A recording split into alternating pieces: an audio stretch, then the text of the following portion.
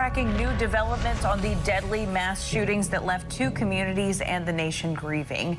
We're now learning new details about the suspects in the attacks in Texas and Ohio. And we've learned that two more people have passed away in El Paso after a gunman opened fire inside of a Walmart there. The death toll now stands at 22, and the president is expected to travel there tomorrow. Channel 2's Sophia Ojeda here now with the very latest on these mass shootings. Good morning. Haley, Andy, this morning we are hearing those heart-filling stories of heroism. The people who helped save countless lives when both gunmen opened fire in El Paso and Dayton, Ohio over the weekend. One Walmart employee rushing dozens of people into shipping containers in the back of the building as those shots rang out. I'm going to run outside myself. I'm going to bring some people with me. Gilbert Serna has worked at the Walmart in El Paso for almost 20 years. He says he knew the loud bangs were gunshots as soon as he heard them.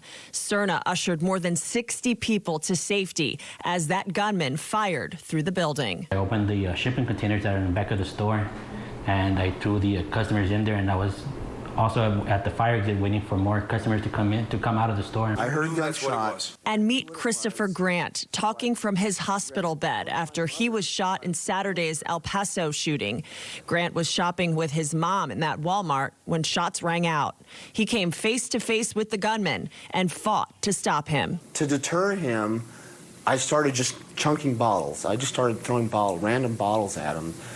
And I'm not a baseball player, so one went this way and one went that way, and then one went right towards him, and then that's when he saw me and just started, and I ducked and I was behind the chips, and so I ducked, and he just boop, boop, boop, boop, boop, boop, started firing off rounds at me. And soccer mom Maribel Latin is recovering in the hospital too after being shot twice in the El Paso Walmart. She was there with her 10-year-old daughter and her daughter's soccer team.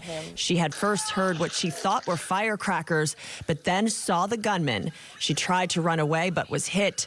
She then played dead, and when it was clear, ran outside to find her daughter. I ran towards them and I yelled her name.